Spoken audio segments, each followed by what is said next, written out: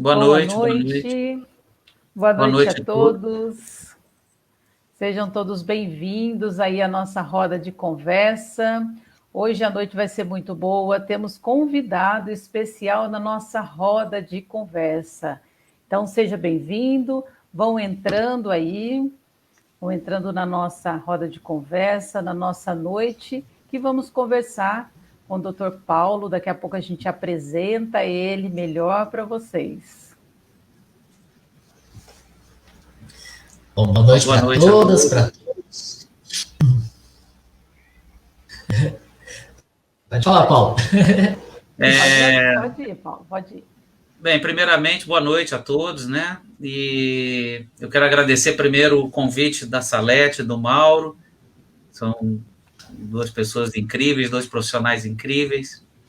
E só tenho a agradecer o convite para a gente tentar bater um bate-papo mesmo, o máximo descontraído possível. E aí a gente abordaria mais a questão da saúde, né, do homem, né? E principalmente do ponto de vista preventivo, né?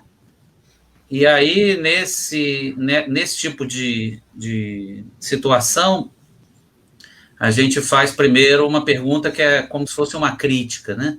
Uma autocrítica até, né? Por que nós, homens, somos tão autossuficientes, né? E praticamente não... Em termos de prevenção, o sexo feminino procura ainda uma prevenção muito maior estatisticamente do que nós homens, né? Talvez por uma cultura machista, por uma sociedade em que nós temos que mostrar uma autossuficiência, então nós relegamos a saúde para um segundo plano, né? Nós, homens em geral, inclusive me incluo, né? Nesse período atual desse mês, né, houve-se na mídia, né, as campanhas do Novembro Azul, que é da prevenção do câncer de próstata, né, e essa situação de meses e cores foi algo inventado, né, bolado lá na Austrália, né, então se decidiu outubro azul, outubro rosa para o câncer de mama, novembro azul para o câncer de próstata, né? Nesse sentido, eu também faço uma crítica, né? Que eu acho válido a mídia colocar que o indivíduo tem que fazer uma prevenção de determinado órgão em uma época do ano. Só que isso tem o lado de que induz uma prevenção, na minha opinião, é para o ano inteiro, entendeu? Então, isso é que tem que ser colocado. O indivíduo tem que se prevenir, seja em janeiro, seja em dezembro, seja em julho, e não se concentrar numa propaganda de um mês. Então, o mês passa e o indivíduo deixa para lá, fica para o ano que vem. Aquela história começa o regime na segunda-feira, né? Então, esse é um fator que eu queria colocar, né, para vocês em geral, que prevenção é contínua e é para o ano todo, né? Independente de mês ou de cor, né? Embora seja válido realmente a campanha no sentido de relembrar a sociedade em termos gerais de que é necessário se prevenir contra certas patologias, né? Principalmente os tumores, né? Os cânceres, né? Vocês querem falar alguma coisa? Fica à vontade, Mauro. Legal. Legal. É só uma introdução, né? Joia. A gente está muito contente, né, nessa noite estar conversando aqui com o Paulo, né, Dr. Paulo, um grande amigo nosso também, né, assim, já faz alguns anos que a gente se conheceu e sempre é muito gostoso, né, não só ele, como a família inteira, né, tem um carinho, um espaço bem especial aqui na nossa casa também, né? E eu acredito assim que é um assunto, né, que a gente vai estar falando hoje, muito importante, e reforçar essa ideia que o Paulo está dizendo, né? Eu também sempre fico muito suspeito com as campanhas, né? Quando a gente fala de campanha, entendo como uma oportunidade para a gente dar um incentivo a mais. Agora, temos que tomar cuidado com as armadilhas das campanhas, porque a impressão que dá é essa mesmo. Aquele mês de tal campanha, a gente vai falar sobre o assunto. Depois que termina, só no ano que vem. Aí que a gente vai acordar para isso de novo. Então não pode ser assim, né? A campanha é um despertar, mas para a gente mantendo esses cuidados e tudo mais que a campanha vem trazer durante todo o nosso tempo, toda a nossa vida, porque a gente não pode baixar a guarda. Então, estamos muito contentes, né, dessa roda de conversa hoje, essa noite com o Paulo. Todo mundo, né, que está assistindo, se por acaso acabar perdendo uma parte, né, ou então não podendo assistir até o final, quiser assistir novamente depois, né, ou mesmo está passando para os amigos, né, para as amigas, está assistindo novamente, né, essa live, pode fazer pelo YouTube, pelo Facebook, pelo Instagram. Então os vídeos vão ficar sempre gravados lá e vocês podem ter acesso na hora que achar mais apropriado, tá bom? Mas, olha, vamos aproveitar bastante, né? E aí peço para vocês estarem compartilhando com a gente através dos comentários e tudo mais. Se tiver alguma dúvida, né, aproveitar aí a presença do Paulo junto com a gente, pode estar perguntando. Se a gente não conseguir responder tudo essa noite, durante a conversa, a gente vai estar respondendo depois por escrito, né, mas participem. Né, para a gente é uma alegria muito grande, né, fazer essa roda de conversa. Isso. E aí, Paulo, eu já queria começar a nossa roda de conversa, porque o Paulo, para quem não conhece, né, o Paulo Fernando, ele é urologista. E para a gente entender um pouquinho assim, qual que é o trabalho do urologista? Né? A gente sempre, quando pensa urologista, pensa em homem. Mas o urologista, ele trata o trato urinário, é isso, né, Paulo? Tanto Exatamente. Masculino como feminino? Tanto masculino quanto feminino. A grande gama de pacientes do urologista realmente é a maioria do sexo masculino, por causa dos fenômenos de problemas de próstata, né, ou outras alterações, como disfunções sexuais, né? Agora, existe uma percentagem também importante do sexo feminino, porque existem várias patologias que acometem os dois gêneros, né? A litíase urinária, a infecção urinária de repetição, a incontinência urinária, os tumores em geral, né? Então, tudo isso a gente aborda, né, dentro do trato geniturinário, né? Tanto do homem quanto da mulher. A questão preventiva mais específica da mulher, lógico, envolve o profissional ginecologista, né? A questão uterina, genitália feminina, mas nós também, urologistas, temos uma gama de pacientes femininas que a gente acompanha em diversas patologias, né? E é legal que a Célia já fez uma pergunta que tem um pouco essa relação, que às vezes fica um pouco a confusão. Urologista, nefrologista. Aí ela pergunta, e nefrologista? Né? O que seria? O nefro, ele atua mais na especificidade da função renal mesmo, né? Ele trata o rim do ponto de vista clínico, né? E o urologista, ele trata mais do ponto de vista cirúrgico, né? Quando tem alguma litíase que precisa ser operada, quando tem algum tumor, entendeu? Alguma patologia que tenha mais vínculo cirúrgico. Embora a gente também trate a parte clínica, óbvio, mas o nefrologista, ele trata mais especificamente as disfunções específicas do funcionamento renal, né? Pacientes que têm alterações nas escórias do sangue, na creatinina, na ureia, e necessitam, às vezes, diálise, ou tratamentos preventivos para se evitar a diálise. Tudo isso o nefrologista cuida. Agora, as infecções urinárias de repetição, as patologias litiásicas, aí ficam para o urologista, né? Legal. E aí ela pergunta, Maura, aí um pouco para você, uma pergunta aqui, ó.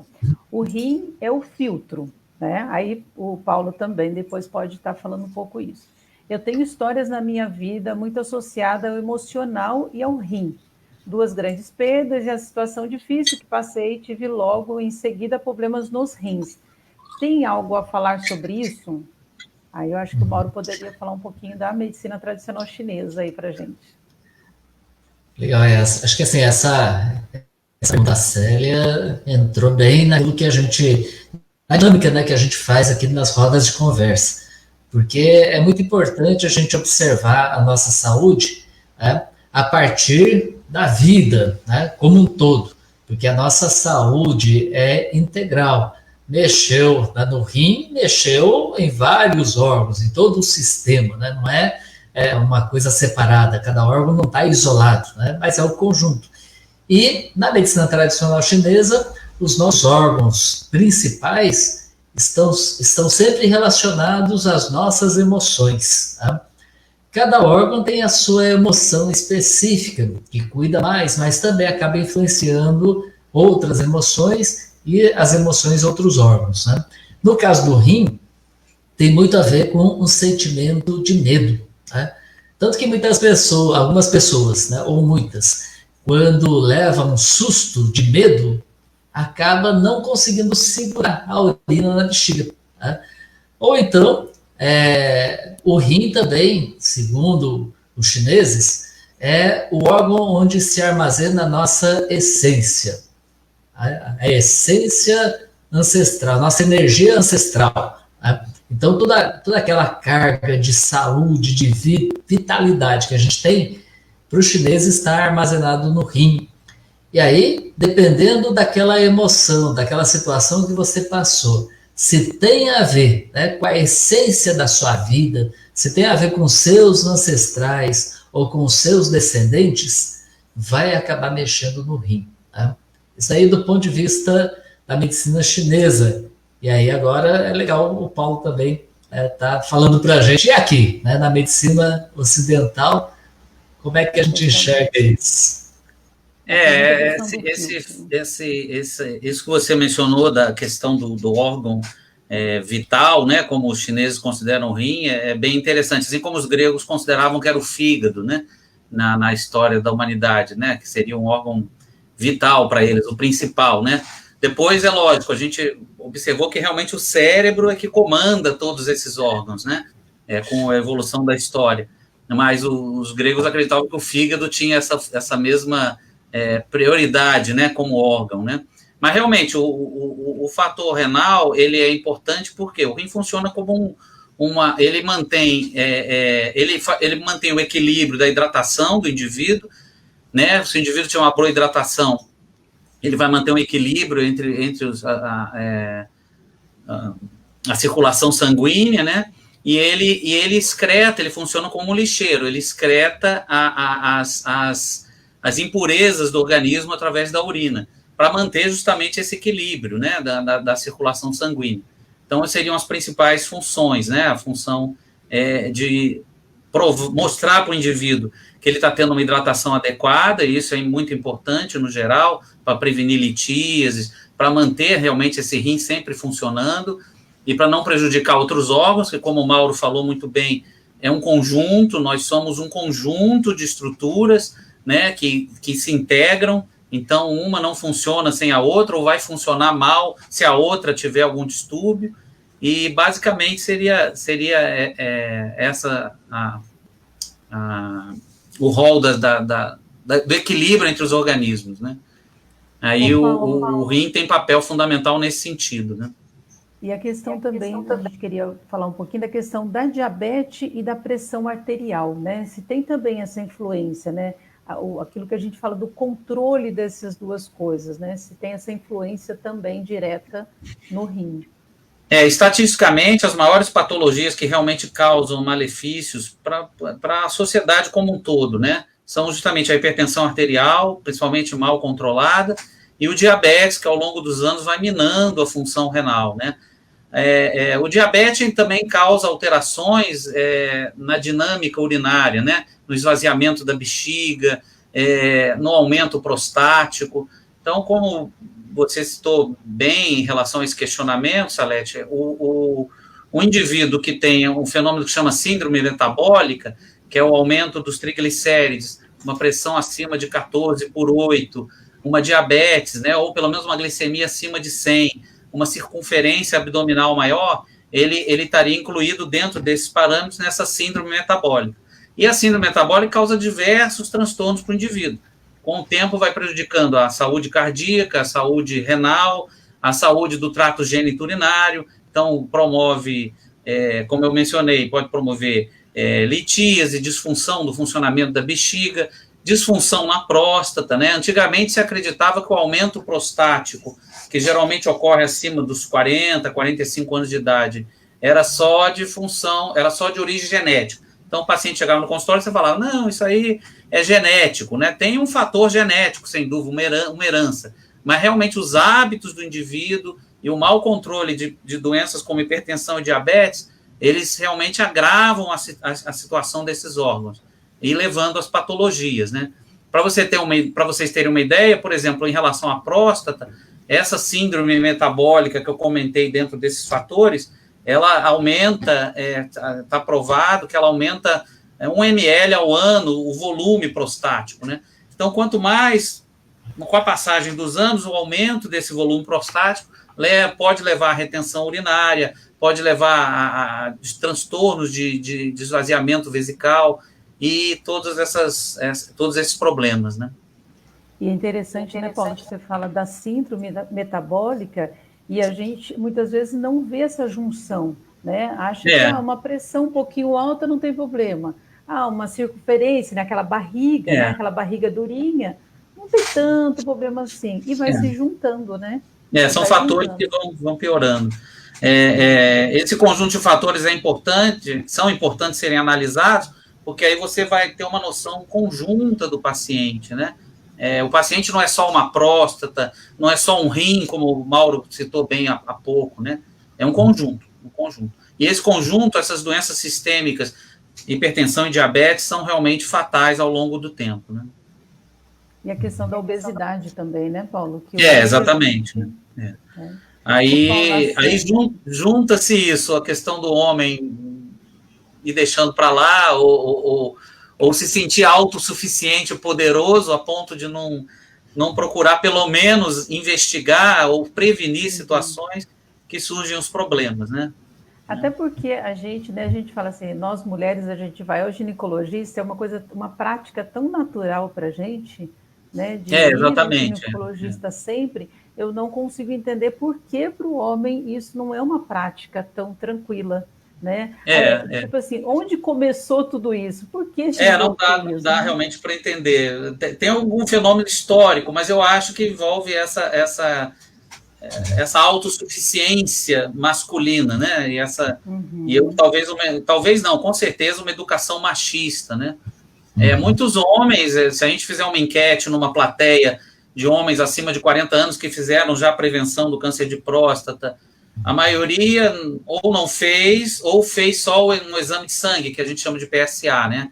Mas nunca, ou nem passa pela cabeça do indivíduo procurar o médico para fazer o exame do toque, né? Do toque retal, que é fundamental também, né? É importante que o público em geral saiba que nessas campanhas às vezes não se fala que o indivíduo mesmo com PSA, que é o exame de sangue da próstata, um valor mínimo ou baixo, ele pode ter um câncer de próstata. Então, por isso que o toque retal, apesar de ser um exame arcaico, lógico que não é um exame agradável ou confortável, ele é muito importante, entendeu? É legal a gente falar sobre essas coisas, sobre esse assunto, porque na semana passada, retrasada mesmo, a gente estava comentando aqui, né? Olha, é muito importante a gente viver uma vida equilibrada, né? E aí, quando a gente fala do equilíbrio, sempre a gente usa a comparação do yin e do yang, né? O yin é aquilo mais concentrado, o yang é o mais disperso. O yin é o feminino, o yang é o masculino. E tanto os homens como as mulheres têm o seu lado, a sua energia yin e a sua energia yang, né? Nós temos o yin e o yang em equilíbrio, né? E justamente por causa desse desequilíbrio, né, da sociedade que a gente vive aí, né, já há muitos anos, né, há milhares de anos, uma sociedade machista, uma sociedade muito desigual, uma sociedade desequilibrada, acaba criando na gente uma cultura, né, que prejudica, né? E aí a gente precisa buscar esse equilíbrio. Então, quer dizer, a gente se desfazer daquelas noções que a gente tem que não leva a gente a uma vida mais saudável, e aí por causa do machismo, né, por causa dessa cultura, a gente se priva de cuidados que são importantes, são necessários, né? E quando vai perceber, né, que aí já percebe nos sintomas avançados, né? Dificuldade em urinar, às vezes até sangramento na urina, né? Quer dizer, o quadro já está muito sério, e aí fica desesperado, né? Bom, aí aquele medo que impediu a pessoa de procurar a prevenção acaba se tornando um medo, porque vê que, olha, o risco, né, maior aí, e até risco fatal, está iminente, né? Então, temos que desfazer, né? Desfazer ou desarmar, né, dessas coisas. Já está na hora, né? Eu acho que já está na hora da gente fazer isso. E eu acho que é muito interessante isso que vocês estão falando, porque, assim, somos pais, né? E aí é o nosso papel de passar isso para os nossos filhos, para as próximas gerações, essa visão, né? Eu queria só responder aqui a Célia, que perguntou da litíase, é a pedra, é o cálculo renal, né? A pedra é o cálculo renal, é o sinônimo do cálculo renal, é só um termo, perdão. E aí tem um comentário aqui também, Paulo, só emendando, depois você pode já falar da litíase, mais esse daqui. Coloca aqui, né? Verdade, educação machista, até vasectomia tem homem que não aceita fazer. Então, é verdade. Também que você comentasse sobre isso, se isso é de fato, né? Só retornando algo que o Mauro colocou sobre sintomatologia, outro dado importante, que é importante ser passado, é que muitas vezes, uma boa parte das vezes, nessas campanhas é colocado o câncer de próstata com sintomatologia. Então, é importante que a população saiba que você pode ter um câncer de próstata, tudo bem, numa estatística menor, com PSA normal, PSA baixo, e também, muitas vezes, pode ter um câncer de próstata sem sintomas. E quando você descobre, ele já está avançado. Por isso a importância da prevenção, né? Aí o outro fator era a litíase, né? Não, perdão, a colega comentou sobre a vasectomia. Né? Não, então, dentro desse aspecto da cabeça do homem, né? Eu recebo muitas vezes no consultório um indivíduo que não deseja... É lógico que a gente não vai obrigar a amarrar o paciente para fazer um exame. Mas muitos pacientes realmente, às vezes, muitos pacientes não, que a maioria que me procura realmente deseja uma prevenção completa. Mas alguns realmente são relutantes em fazer o exame físico da próstata, né, o toque retal, e alguns homens também pensam... essa questão de não querer fazer o exame envolve a educação machista e envolve também, às vezes nem é isso, mas envolve o receio do indivíduo de que o exame vai ser doloroso, entendeu? E isso já retrai o indivíduo, entendeu? É lógico, se o exame for feito com cuidado, adequadamente, não é um exame agradável, mas não é um exame doloroso, entendeu? Não é para ser doloroso, entendeu? A não ser que o indivíduo tenha alguma patologia no final do intestino, algum estreitamento, entendeu? Aí pode haver uma dificuldade. Mas, geralmente, é um exame que transcorre tranquilamente. Em relação à vasectomia, existe isso também, que o indivíduo bota na cabeça dele, porque se ele fizer vasectomia, ele vai perder a função sexual. Então, você tem que explicitar para o indivíduo que realmente não tem relação a vasectomia com a perda da função sexual, que é a primeira preocupação que o indivíduo tem. Então, ele tem medo de fazer vasectomia, e aí eu não vou mais funcionar, não vou mais conseguir ter relações. Não é isso. A vasectomia vai mexer só com a sua capacidade de fertilidade. Então, muitos homens realmente se retraem ou não querem por esse receio ou por outros motivos, né, também que às vezes ocorrem, né? Mas eu acho que tudo envolve essa questão que o Mauro falou, né, de desatar esses nós, né, que vêm historicamente, né, na sociedade, né, para o indivíduo se libertar de fato e ter uma prevenção adequada para a sua saúde, né? Eu acho que é por aí. Paulo, tem uma outra coisa também que a gente ouve muitas pessoas falarem. Aqui o Paulo perguntou, é outro Paulo, tá? O Paulo Flores perguntou. A doença dos rins e da próstata afeta a virilidade? Paulo Flores perguntando. Não tem relação direta, não. A questão da virilidade, as disfunções eréteis, elas geralmente envolvem mais ou fenômenos de ordem psicogênica, que geralmente estão associados, né, em boa parte, ou fenômenos de má circulação sanguínea para o pênis, né, e outros fatores com as doenças de base, que eu já mencionei. A hipertensão e a diabetes minando a saúde sexual do homem. Mas os rins teriam influência poderia ter alguma influência na virilidade do homem só na insuficiência renal, né, que aí poderia mexer com essa parte. Mas fora isso, no litíase ou alguma disfunção renal menos específica, e também a alteração na próstata não mexe com a questão sexual do indivíduo, né? A função da próstata é produzir o ejaculado, né? Quando o indivíduo chega no clímax da relação, ocorre uma contração da próstata e esse ejaculado é eliminado, né?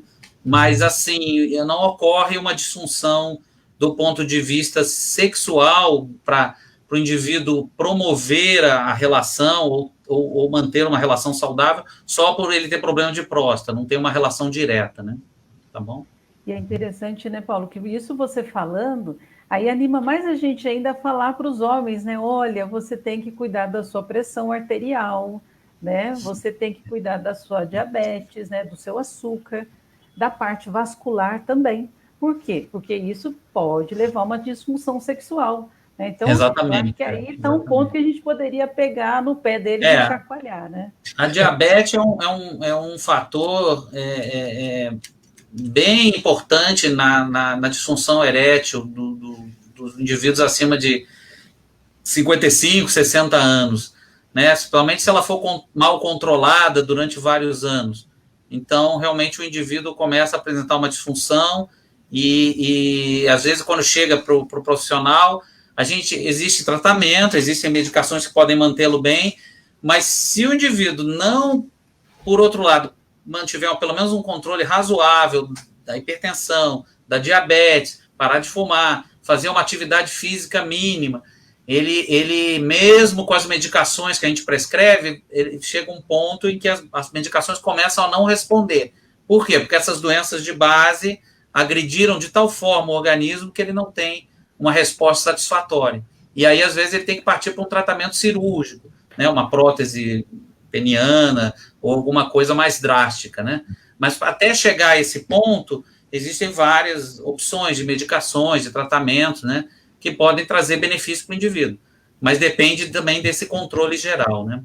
Das patologias de base, né? Beleza, muito bem. Tem mais uma pergunta aqui? Uma das percepções que a gente tem aqui nessa roda de conversa, né? Que realmente falar, né, sobre esse assunto tem muitos tabus, né? Porque a quantidade de perguntas, né, que a gente tem, né, e aqui na roda de conversa mesmo, os comentários, a gente tem visto, né, porque é um assunto que a gente não comenta no dia a dia. Né? Então, mais uma vez, né, reforçando, a gente precisa de perceber que a nossa vida, a nossa saúde, o nosso organismo, os nossos órgãos, é tudo natural, faz parte da natureza humana, né? Faz parte da criação. Né? Então, a gente precisa de tratar desses assuntos também de forma bem natural. Né? Mas vamos lá, porque tem bastante pergunta que é interessante. A Silvana perguntou, Paulo, boa noite, Silvana, também, boa noite a todos que agora entraram aí já no meio da roda de conversa, vão entrando aí. Se não ingerir água, né, se não ingerir muita água, isso afeta o rim? A questão da perda hídrica no corpo humano, né? O primeiro volume hídrico que se perde no corpo humano é pela respiração. O maior volume é pela respiração do dia a dia. A gente não percebe, mas perde muita umidade pela respiração. O segundo seria a pele, né? Pela sudorese, né? Pelos fatores de perda hídrica pela pele. E o terceiro seria a função renal, a perda pela produção da urina do rim, né? A questão da ingesta hídrica é importante para manter essa hidratação em equilíbrio, né? Essa perda hídrica que ocorre pela parte respiratória e pela parte porosa da pele, e para manter a função renal. É uma pergunta muito comum, né? Eu devo beber... Tem paciente que fala, eu tomo 4 litros d'água no dia, entendeu? Você não precisa se entupir de líquido também. Mas o que se considera razoável é manter 2 litros de líquido por dia, né? Seria o ideal. Não precisa ingerir também muita água, mas e não só água, pode ser chá e sucos, outras bebidas, né? Tem gente que não gosta de água, né? E gosta de suco ou de outras bebidas. É lógico que o ideal é se manter uns 2 litros por dia, né? Senão, realmente pode... essa desidratação pode realmente vir, em última instância, afetar realmente a função renal, né? Mas não só a questão renal, mas para manter uma bexiga com bom funcionamento, para lavar as bactérias do trato urinário inferior, né, você expulsar elas naturalmente. Então, a ingesta hídrica é sempre fundamental nesse sentido também. Tá, nós temos 2 perguntas aqui bem parecidas, Paulo, mas eu vou tentar juntá-las, tá? Pois o não, Bernardo pois não. Simão pergunta aqui: como começo a perceber que meu rim não está bem e como cuidar bem do rim? E a Rose pergunta: como saber se o rim está bem? Geralmente o que se observa é uma diminuição do volume urinário, mas depende muito de quanto o indivíduo ingere e dessa perda, principalmente pela porosidade da pele, né? Às vezes o indivíduo ingere uma boa quantidade de líquido diária, mas ele sua muito. Então, o que se observa como sinal na urina é a urina mais concentrada. Se a sua urina está mais amarelo ouro, mais escura, é sinal que ou você está bebendo menos líquido, ou você está perdendo muito pelos poros. Se a urina está mais transparente ou mais clara, é sinal que você está com uma boa ingesta hídrica, né? E outra questão é o volume. Se você nota que o volume urinário diminuiu no dia, mesmo você mantendo uma boa ingesta hídrica, é importante avaliar, pelo menos basicamente, a função renal, né? Aí a gente pede geralmente um exame de sangue, ou em última instância até um exame de imagem dos rins, para avaliar melhor nesse sentido, né? Mas o indivíduo tem que perceber essas coisas, né? Entendeu? Basicamente seria isso. Interessante é observar o corpo, né, Paula? A gente observar também. Outra coisa também que a gente ensinaram para a gente... Bebendo água, João. Isso, e a gente está no chá, né, Mauro? Saúde aí. Ensinaram para a gente que a gente não olha aquilo que sai da gente, né? O suor, porque o suor fede, né? Exatamente. A urina, não pode ficar as fezes, a urina, geralmente... Isso envolve outros tabus, né? Entra na questão dos tabus que o Paulo colocou. A própria menstruação também, né? Você olhar, imagina, eu vou olhar o sangue que saiu para quê? Aquilo é nojento, é sujo, né? Então, é seu, né? É seu. É tudo seu. Então, tudo faz parte de uma educação de saúde, né? De saúde interna, né? Própria, né? Sim. E aí, Paulo, eu queria colocar uma outra coisa que eu sei que tem algumas pessoas querendo perguntar, mas eu vou aproveitar e já pergunto também a questão da incontinência urinária, né? A gente ouve muito falar de incontinência urinária, ouve muito não, né? As mulheres, na verdade, escondem a questão da incontinência urinária, infelizmente, né? Mais um tabu. Olha, hoje, nossa roda de conversa é para a gente quebrar um monte de tabus aí, viu? E aí eu queria emendar essa pergunta para falar um pouquinho disso, né? Da incontinência urinária, essa relação aí, como que a gente pode fazer para a gente ajudar também? A incontinência urinária é um fenômeno que acomete mais realmente pacientes do sexo feminino e principalmente acima dos 70 anos de idade, né? Que é mais comum. E aí existem 2 tipos de incontinência urinária. A incontinência urinária, que ela é promovida pelo esforço miccional, e uma incontinência urinária que o indivíduo tem uma perda sem esforço, né? Ou então pode haver uma incontinência urinária mista, geralmente, que envolve os 2 fatores, que é o fator que o indivíduo perde, por exemplo, quando ele tosse, quando a mulher tosse, espirra, ou então ela não tem perdas aos esforços, mas tem perdas espontâneas por disfunção da musculatura da bexiga, que também às vezes é muito comum. Então, a gente tem que estudar clinicamente o paciente nesse sentido para diferenciar o tipo de incontinência, ou se é geralmente associado os 2 fatores, e aí envolvem, voltando às doenças de base, né? Fatores como diabetes causam, fatores como alterações hormonais com envelhecimento, enfraquecimento da musculatura, né? E aí envolve a questão fisioterápica, né? Que é muito importante para corrigir e para melhorar a musculatura que impede a perda urinária, seriam mais ou menos esses fatores, né? E aí a gente pode, de acordo com a investigação, entrar com medicações que impedem essa perda E geralmente eu associo o tratamento fisioterápico, que é fundamental também, né? Perdão, no sentido de trazer uma melhora da perda ou até se abolir ela, né? Mas realmente, como você colocou, envolve o tabu porque muitas mulheres envolve, às vezes, até um fenômeno que a gente observa de criação mesmo, que a vovó tem aquela perda, então é da idade, ou então, às vezes, é um paciente jovem mesmo, uma paciente multípara, que teve várias gestações, ela já tem uma alteração estrutural na região da bexiga ou da uretra e tem alteração de incontinência, mas ela leva anos para avaliar, para tentar procurar um tratamento, porque ela vai tocando aquilo, usa um absorventezinho, entendeu? Evita mais esforços, se limita socialmente, então só traz prejuízo, mas envolve realmente um pouco de tabu também, aquela coisa de que é da idade, entendeu? Acontece. Mesmo pacientes jovens, às vezes, relegam para o segundo plano as perdas, né, urinárias, né? E teria que avaliar, né, para tratar e para combater, né? Às vezes há necessidade até de tratamento cirúrgico em alguns casos, né? Até porque é o que você falou, tem mulheres que acham que, não, como é normal, né? Envelhecer vai perder um pouquinho de urina. Então, aqui fica a história do normal, exatamente. Aqui a gente... E outra coisa, a gravidez, né? Porque teve 4 filhos, 3 filhos, todos partos normais, vai perder também, né? Aquela questão da bexiga baixa. Então, um caso a gente acha que todo mundo é assim. A generalização, exatamente. Isso, e não é, né? Até porque a parte, toda a região pélvica, né, tanto do homem como da mulher, é músculo.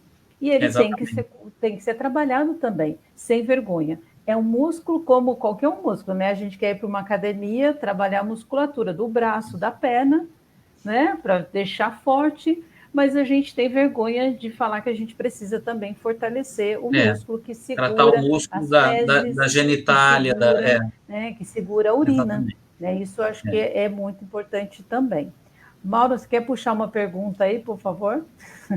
Olha, tem um monte, né? Eu tenho a impressão que a gente não vai dar conta de colocar todas aqui, mas aí aquelas que a gente não conseguir, a gente passa depois para o Paulo e ele está respondendo para a gente e a gente coloca então no Face em resposta às perguntas que vocês estão fazendo, tá?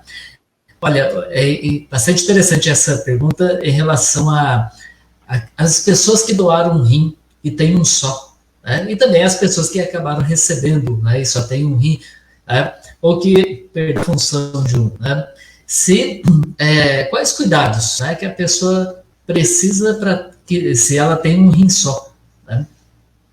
Em termos básicos, uma boa hidratação, manter esses 2 litros que eu falei por dia, né, de líquidos em geral. O que a gente aconselha também, até envolve às vezes formação evitar a formação de litíase, é uma diminuição do sal da dieta, né, uma diminuição também das proteínas, das carnes vermelhas. Eu geralmente recomendo aos pacientes, porque às vezes no paciente que tem uma tendência a formar cálculo, isso se manifesta, e formar cálculo num rim único pode ser perigoso, no sentido de que o cálculo pode obstruir o rim, às vezes o paciente sem ter sintomatologia, e aí ele perde a função renal. Então tem que ficar atento nesse aspecto, né? Uma boa hidratação. Em termos do indivíduo ter um rim só, geralmente eu aconselho a fazer também um exame de imagem anual, né, para avaliar a anatomia geral do rim, né, no sentido de presença de cistos, ou alterações de dilatação, né, eu acho que é importante, né, para o indivíduo que só tem um rim. Mas o indivíduo mantendo uma boa hidratação e fazendo os exames básicos, e se tiver doenças de base, né, lógico, é necessário um controle adequado da pressão e diabetes, principalmente, né? Porque realmente com o rim só, essas patologias, elas agravam, com o passar do tempo, essa função desse rim único, né? Pena que a gente só tem um coração, né? Podia ter 2 também. Aí, quem sabe a gente amava mais, né, Paulo? Então, exatamente. Mais amor. Olha, isso. A Neuza, ela está perguntando uma coisa que eu acho também muito interessante nessa questão da incontinência urinária. Ela pergunta aqui se pode ser emocional a incontinência urinária. que você acha? Eu acho que o emocional, né, como também foi colocado muito bem pelo Mauro em outra um pouquinho antes, é lógico que o emocional, esse yin e esse yang, né, ele vai mexer com qualquer patologia, né, seja a disfunção sexual, seja a incontinência urinária.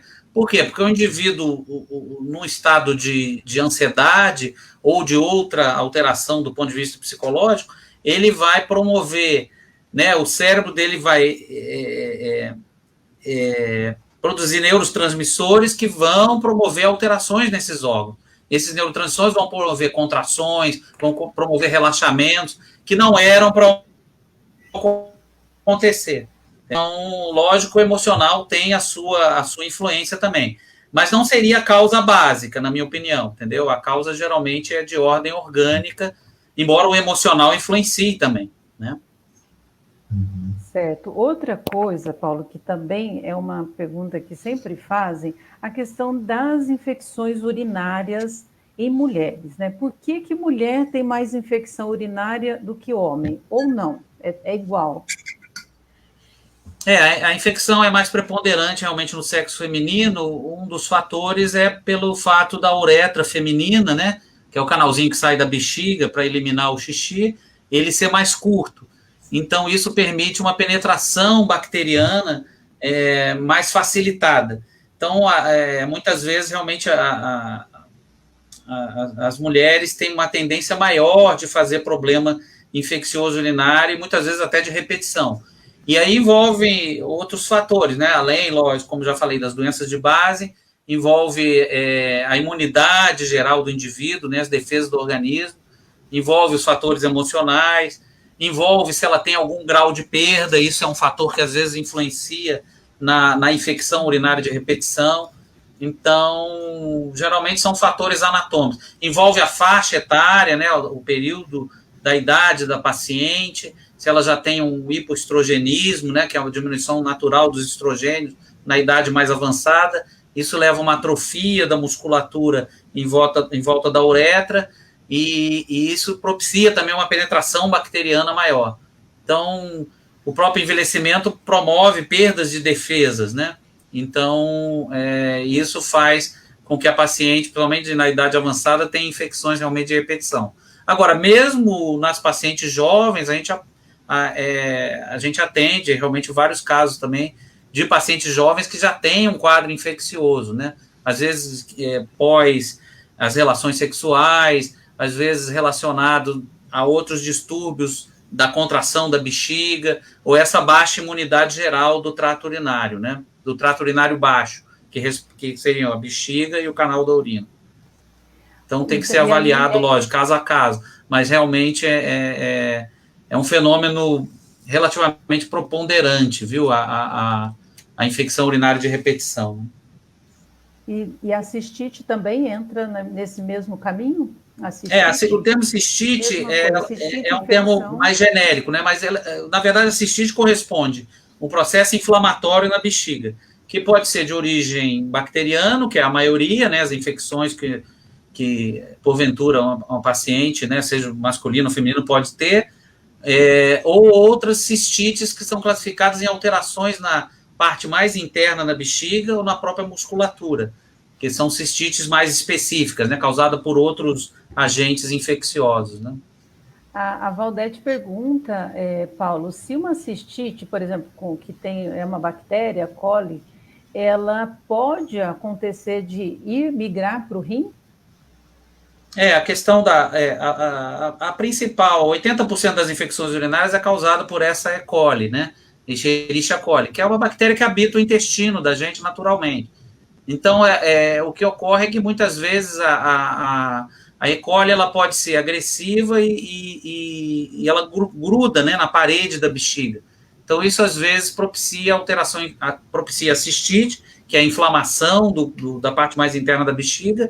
E se o indivíduo ou demora a tratar, ou ele faz um tratamento, ou até começa uma antibióterapia, ou outro tratamento medicamentoso ou comportamental, mas às vezes ocorre que esse tratamento não é eficiente, então realmente pode ocorrer a ascensão da bactéria da bexiga pelo canal, pelos ureteres, e atingir o rim, né? E aí realmente é uma situação mais complicada, que é a chamada pielonefrite, que é a infecção dessa bactéria do trato baixo no trato alto urinário, ou seja, atingindo o rim, né? Então, geralmente envolve dor importante, calafrio, febre, né? Aí são infecções mais que necessitam, às vezes, tratamento até sob internação, né? Eu queria Então, realmente, a aproveitar. bactéria pode ascender do trato urinário da bexiga para o rim. Mas, geralmente, a grande maioria das infecções, a grande maioria, começa no canal da urina e na bexiga, no assoalho da bexiga, né? Tá. Eu vou aproveitar que você estava falando já de infecção urinária, falar um pouco da questão da menopausa, né? Que muitas mulheres também reclamam que nessa questão, quando estão na menopausa, não sei se a andropausa também ocorre isso, Paulo, a questão da secura vaginal, né? Se isso ocorre mesmo, né? Como trabalhar Então, com isso para evitar a infecção? O que eu estava falando do hipoestrogenismo, né? O hormônio estrogênio cai, né, na menopausa de forma muito importante. Isso leva a uma atrofia da musculatura, né? Aí entra a questão muscular, né, da questão fisioterápica e da própria estrutura da uretra, né, da estrutura periuretral. E isso facilita a penetração bacteriana. Então, por isso que às vezes as menopausadas têm uma tendência às vezes maior de fazer processos infecciosos, né? E aí o que precisa ser feito? Geralmente ou o ginecologista, ou o urologista, ou até o colega clínico, a gente entra com estrogênio para recuperar essa atrofia da região ali da saída da bexiga, né? E isso geralmente traz benefício, né? Lógico, dentro de parâmetros adequados, né? De avaliação hormonal. E aí o colega ginecologista geralmente implementa tratamento nesse sentido, né? Beleza, muito bem. Mauro, tem alguma outra pergunta aí? Legal. Emendando aqui no Paulo Flores, né, perguntando mais uma pergunta que ele fez, né? Se hoje muitos casos de gordura na região da vesícula, né? Quais as consequências? Eu acho que a pergunta dele envolve a vesícula biliar aqui na região do fígado, né? Provavelmente, né? Eu acho que o que ele quer dizer com a pergunta é o seguinte, o Paulo. Você observa muito, por exemplo, o indivíduo vai fazer um ultrassom. Aí, nesse ultrassom, mostra gordura no fígado, né? Seria essa gordura próxima da vesícula. Acredito que seja isso que ele esteja querendo dizer. O fígado é um órgão de depósito de gordura. Então, muitas vezes, o paciente chega angustiado no consultório meu fígado deu esteatose, que é acúmulo de gordura no fígado. Mas a maioria dos pacientes, a grande maioria, é uma esteatose grau 1, grau 2 no máximo. Quando essa esteatose, que é esse acúmulo de gordura no fígado, ele é um grau maior, 3, 4, aí ele começa a afetar a função hepática. Então, realmente pode trazer prejuízo. Mas a maioria dos pacientes que vem, todo indivíduo que tem uma barriguinha, um abdômen, ele vai fazer um ultrassom, ou às vezes o indivíduo até magro, ele vai ter algum acúmulo, algum grau de esteatose hepática, que é esse acúmulo, né, de gordura no fígado. Então, não é algo que precisa se alarmar, mas é lógico que tem que ser acompanhado, porque o indivíduo que tem uma alimentação desregrada, que consome gorduras o tempo todo, né, gorduras saturadas principalmente, ele ou usa medicações que podem prejudicar o metabolismo do fígado e acumular mais gordura, aí realmente ele pode ter problemas. Ou o indivíduo que tem alguma doença infecciosa incipiente no fígado, uma hepatite que ele desconhece, hepatites como hepatite B, hepatite C, o indivíduo pode ter e ela é silenciosa, leva anos e o indivíduo de repente descobre uma esteatose ou uma cirrose. Então, tem que sempre estar atento a essas coisas. Não é muito da minha área, né, essa questão, mas eu estou só dando um apanhado geral para explicar a pergunta. Acredito que a pergunta seja essa, né? Se for uma esteatose mínima, evitar ter uma dieta adequada, né, balanceada, né, mas geralmente não traz maiores transtornos, não. Essa gordura é uma gordura, vamos dizer assim, normal, é um achado normal. O indivíduo faz ultrassom, aí o colega fala, tem uma esteatose. Você tem uma esteatose, ultrassonografia, às vezes comenta, aí o paciente chega desesperado no consultório. E não é bem assim, entendeu? Tem os graus, né? Exatamente. Paulo e Mauro, depois dessa conversa, eu acho que eu vou propor para os ginecologistas e urologistas, eu acho que os dois deveriam estar assim, tem que ter uma salinha com ginecologista e urologista. E aí o casal vai no mesmo dia, marca a consulta e vai junto, né? Olha que legal. Verdade. Sem neura, né? Olha que delícia que é a gente conversar sobre esse assunto sem neura, né? Não precisa ficar isso, porque muitas vezes a gente esconde doenças, né, gente? É muito sério isso. É sério, doenças é sério. que a gente consegue tratar e por conta de preconceitos, né? Por conta de comentários, preconceitos e que a gente vai alimentando. Eu acho que a partir dessa roda de conversa que a gente tenha esse propósito. Olha, a partir de hoje, vamos quebrar um pouquinho esses preconceitos, né? Todos os dias ali mostrando que homens e mulheres precisam se cuidar, né? E sem vergonha nenhuma, e conversar sobre isso. Tá? Então, Paulo, a minha proposta é isso. Onde tem um urologista, tem que ter um ginecologista do lado. Aí a gente vai caminhar junto. Trabalhar em conjunto é importante, sem dúvida. E Isso. Equipe, né? Sim. Os melhores resultados, né, em termos clínicos, em termos hospitalares, é por equipe multidisciplinar, né? Não é só o médico, né? O médico é um fator, é um tijolo, o enfermeiro é outro tijolo, o auxiliar é outro tijolo, e é isso que gera a construção. O fisioterapeuta é outro tijolo, entendeu? O psicólogo é outro tijolo. Então, é isso que tem que se pensar, né? A população também tem muito aquela coisa do médico, né? O médico é como se fosse o Deus, entendeu? E não é isso, gente, não é. São vários profissionais, você precisa dar atenção a todos eles, lógico, dentro de critérios, dentro do limite de cada um, mas numa construção conjunta, né? E aí consegue-se resultados favoráveis para a sociedade como um todo, né? Entendeu? A gente vê... Pois não. Então, né, só reforçando, porque eu vejo assim que muitas pessoas pensam que vou pensar na saúde é perda de tempo, né, porque ainda estou bem, né, ainda estou com saúde, né, ainda sou jovem, por aí vai. Né, mas eu não vejo assim não, porque se a saúde é você. Né, se um dia você percebe que está mal, né, os sintomas apareceram que a gente estava falando no começo, é porque alguma coisa lá dentro já estava te mostrando. Né? Então, a prevenção, esse cuidado, né, cuidado constante é muito importante. E, como você falou, né, ninguém é Deus para adivinhar o que o outro tem. Então, nós temos que ir, né, temos que sair do nosso lugar e gastar tempo com a gente mesmo. Né? Isso é muito importante. O Paulo, acho que ainda dá tempo de mais uma perguntinha aqui, ó.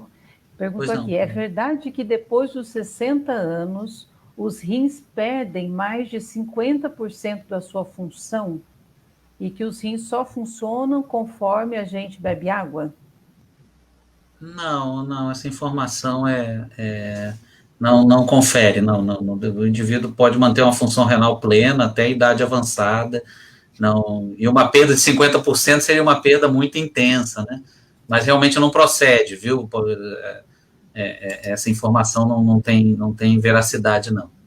Tá bom? Gente, olha, temos uma pessoa que está participando com a gente aqui, muito especial, né?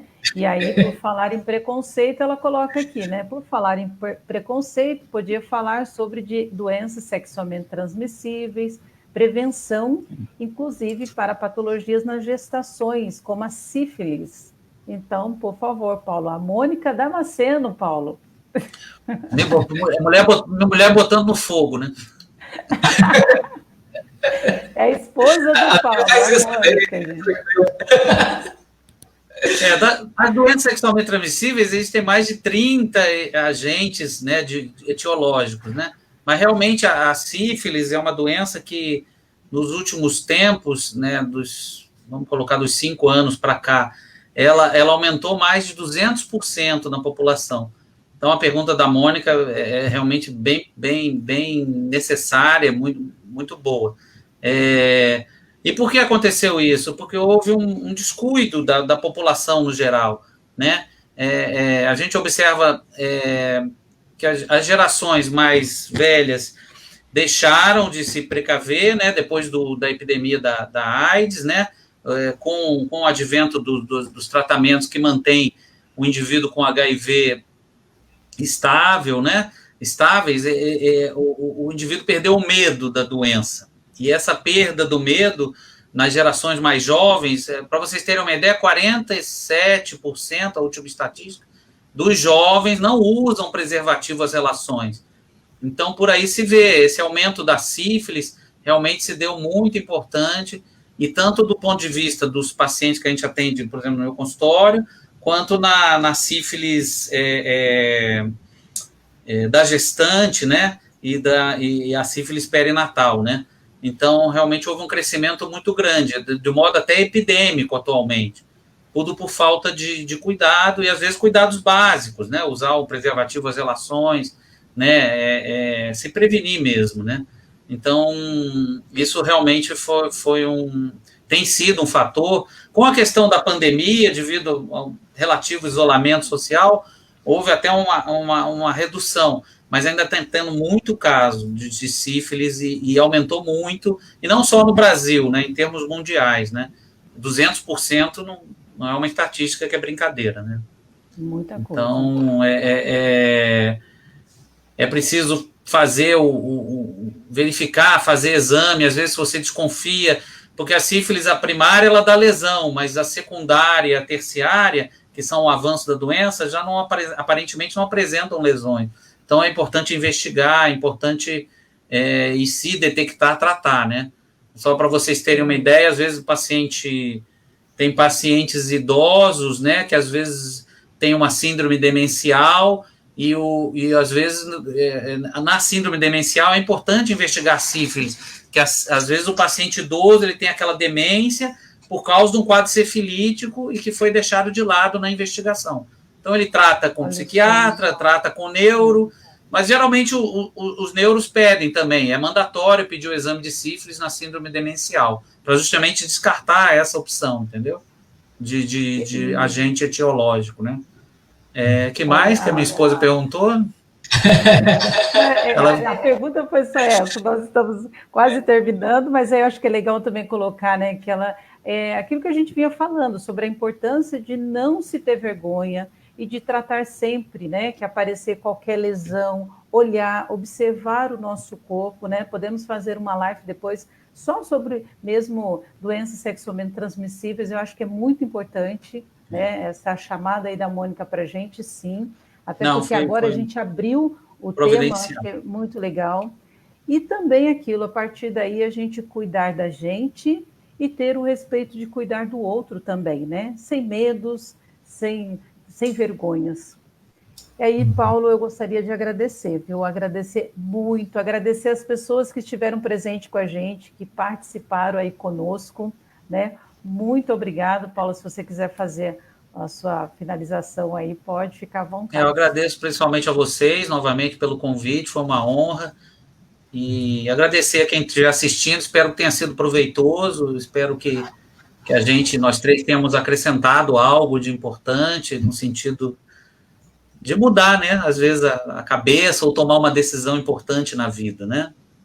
Acho que é isso. Beleza. Legal, Obrigado aí pela atenção, pessoal.